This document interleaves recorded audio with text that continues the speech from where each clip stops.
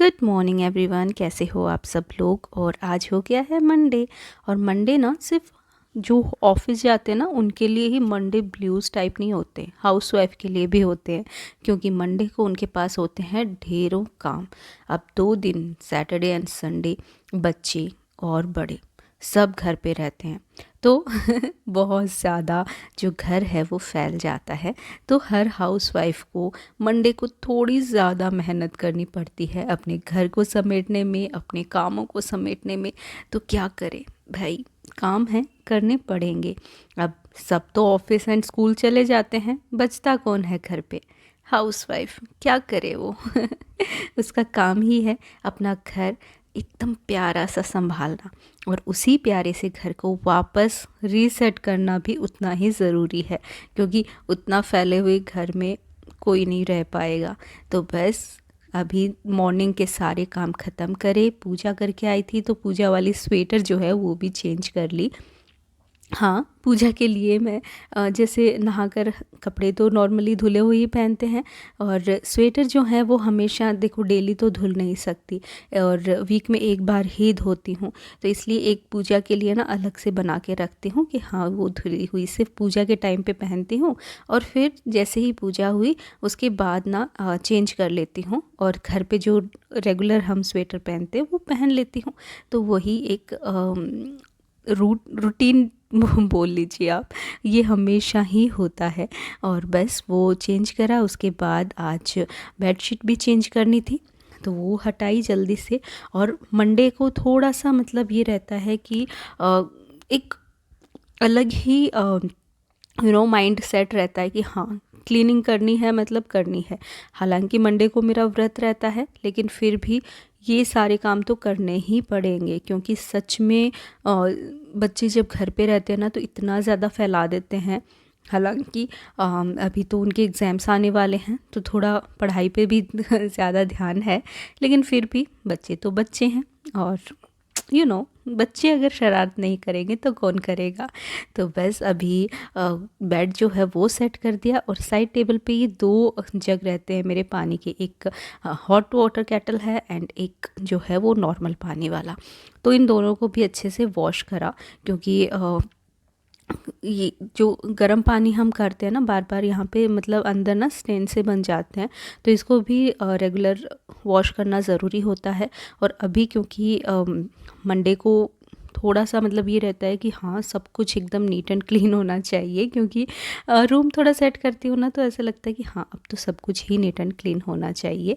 तो बस अभी कपड़े जो हैं वो मैं वॉश जब भी नहाती हूँ मतलब उसी टाइम पे ही वॉश कर देती हूँ। लेकिन नीचे के सारे काम करने के आने के बाद ही इन्हें सुखाने आती हूँ। हाथों हाथ नहाते ही मैं छत पे नहीं आती हूँ, क्योंकि ठंड बहुत ज़्यादा है, और ठंड की वजह से ना नहाते ही वापस हवा में आना ना उतना जल्दी पॉसिबल नहीं होता। क्योंकि मैं पिछले इनफैक्ट सही बताऊँ ना तो अक्टूबर से मेरी तबीयत थोड़ी ऐसे ही चल रही थी, और थोड़ा सा मतलब जुकाम हो जाए, मुझे बुखार ही हो रहा था, पता नहीं क्यों। बहुत ज़्यादा इम्यूनिटी जो है वो डाउन जा रही थी मेरी।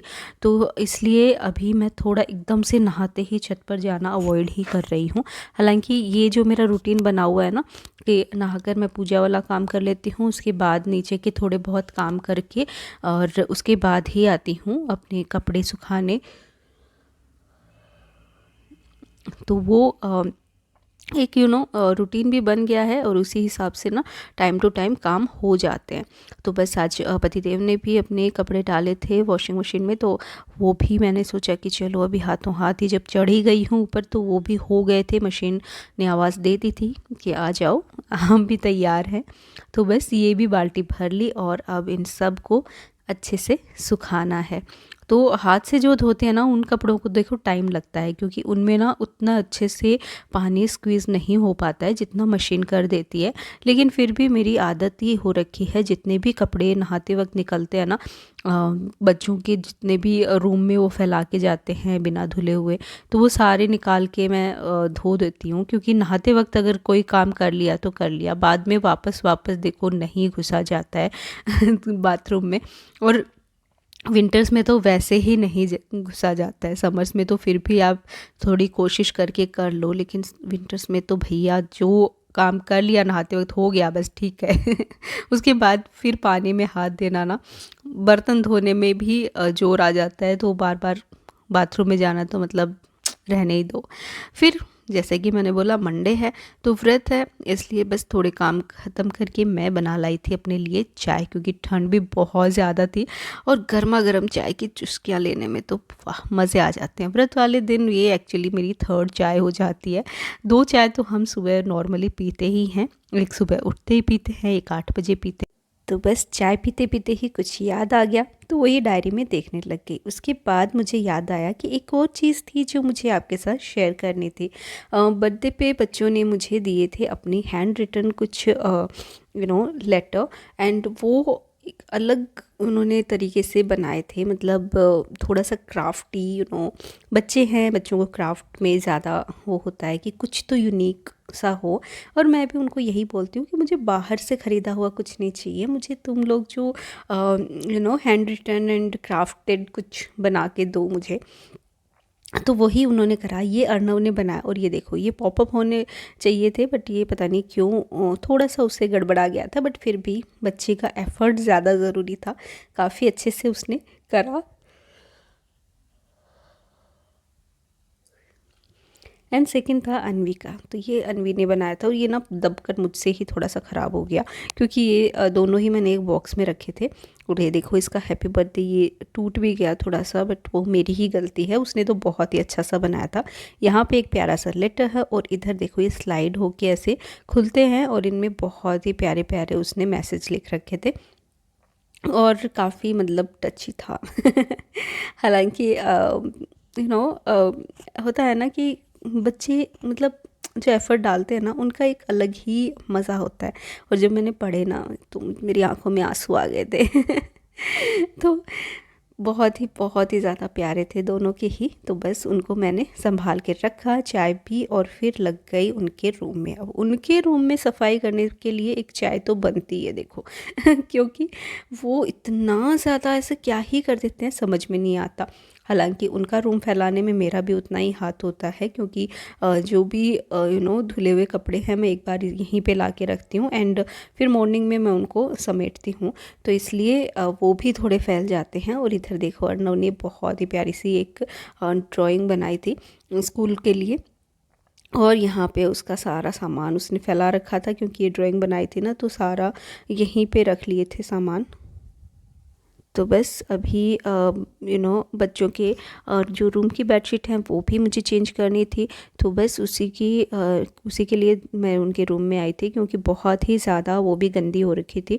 बच्चे आपको पता ही है कलर भी करेंगे तो बेड पे बैठ के करते हैं, क्योंकि अभी विंटर्स में ना बहुत ही ज़्यादा मतलब ठंड होती है राजस्थान में, तो इसलिए नीचे बैठना तो बिल्कुल भी पॉसिबल नहीं है, तो इसलिए ज़्यादा ही गंदे हो जाते हैं बेड। तो बस अर्नव के बेड की जो बेडशीट है वो चेंज करी, और उनके लिए ना इस तरीके से मैंने पाउच बना रखे हैं दोनों के ही। तो क्योंकि विंटर्स में देखो कपड़े इतने सारे होते हैं एंड मोटे कपड़े डेली नहीं धो सकते, वो ख़राब हो जाते हैं, रोए निकल आते हैं, तो इसलिए ज़रूरी है कि उनको 2-3 बार पहने और उसके बाद धोएं। तो इसलिए ये अलग से पाउच मैंने बना रखे हैं जो पहने हुए कपड़े हैं ना वो रखने के लिए, और इन्हीं में से वो लोग आके फिर स्कूल से पहन लेते हैं। तो बस यहीं पे उनके बेड पे ही रहता है, क्योंकि सोते तो है नहीं इन बेडों पे, वो सिर्फ अपना पढ़ाई का काम और बदमाशियों के काम ही वही करते हैं यहाँ पे। तो इसलिए एक एक कोने में मैंने उनकी ये पाउच रख रखे हैं और इन्हीं में से वो आके कपड़े निकाल के पहन लेते हैं। तो बस अर्नव का बेड जो है वो मैंने ठीक करा। उसके बाद अनवी के बेड की बारी थी, लेकिन फिर मुझे बाहर जाना पड़ गया था, तो इसलिए वो फिर मैंने आकर करा। और आप देख सकते हो यहाँ पे एक्स्ट्रा विंटर की कंबल और सब रखे हैं, क्योंकि अभी मतलब रजाइयाँ निकाल रखी हैं हमने, वही यूज़ में होती हैं, लेकिन कंबल जो हैं वो भी कभी कभी चाहिए होती हैं, तो वापस ऊपर रखना या फिर बेड में रखने से अच्छा मैंने यहीं पे रख रखी हैं, ताकि जब भी ज़रूरत लगे यहीं से ले लें और यूज़ कर लें। क्योंकि बच्चों के रूम में भी ना कई बार जैसे बैठ के वो भी पढ़ते हैं, तो उनको भी चाहिए होता है कि पाँव पे कुछ डाल लें, वैसे नहीं बैठा जाता है, तो इसलिए बस वो जो है वो सही से रखी। और फिर यहाँ पे जैसे कि मैंने बोला कि सुबह सुबह कपड़े समेट दिए थे, तो वो सारे सेट करने थे मुझे, तो वही मैं कर रही थी, तब तक मम्मी जी का कॉल आ गया कि बाहर जाना पड़ेगा। तो इसलिए फिर मैं अन्वी का बेड ऐसे ही छोड़कर मैं बाहर चली गई थी। और बाहर हम लोग एक्चुअली हॉस्पिटल जाना पड़ा था, तो वही जाकर फिर आई। उसके बाद ही अन्वी का जो है रूम हुआ। तो बस ये आप देख सकते हो, सारे जो कपड़े हैं छोटे छोटे उन्हीं के हैं, और उन्हीं के बेडों में रखने की आई मीन अलमारी में रखने के थे। तो उन्हीं का अलमारी जो है वो सेट करी। हालांकि विंटर्स में आप सेट करी हुई अलमारी को भी बिना सेट करी हुई मानोगे, क्योंकि इतने सारे कपड़े होते हैं। फिर हॉस्पिटल आ गए थे यहाँ पे, और थोड़ा सा मैंने ऐसे ही शूट कर लिया, लोग आ जा रहे थे। लेकिन अच्छा लगता है ना अपना रूटीन अगर आप बता रहे हो तो क्या कर रहे हो वो भी थोड़ा सा ऐसे शूट करके दिखाना।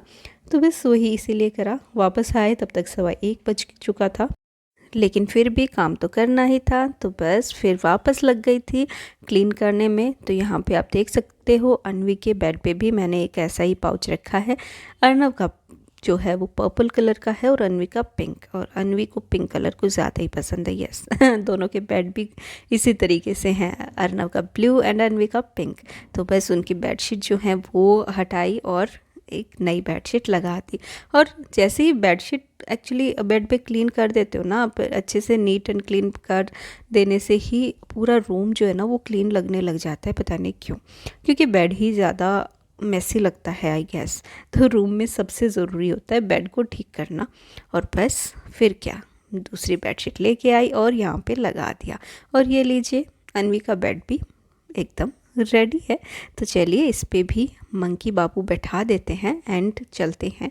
तो बस आज का जो मेरा काम था ऑलमोस्ट ख़त्म हो गया क्लीनिंग वाला, और ये सब करते करते ही 1:30 बज गया था।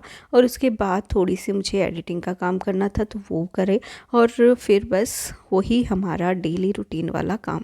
तो बस लेकर आ गई थी मैं अपना लैपटॉप एंड बैठ गई थी थोड़ा अपने वीडियोस एडिट करने, क्योंकि बच्चे आने के बाद तो बिल्कुल भी कुछ नहीं होगा। और 2:30 बजे के आसपास वो आ जाते हैं, तो मेरे पास 1 घंटा ही था अपना काम करने के लिए।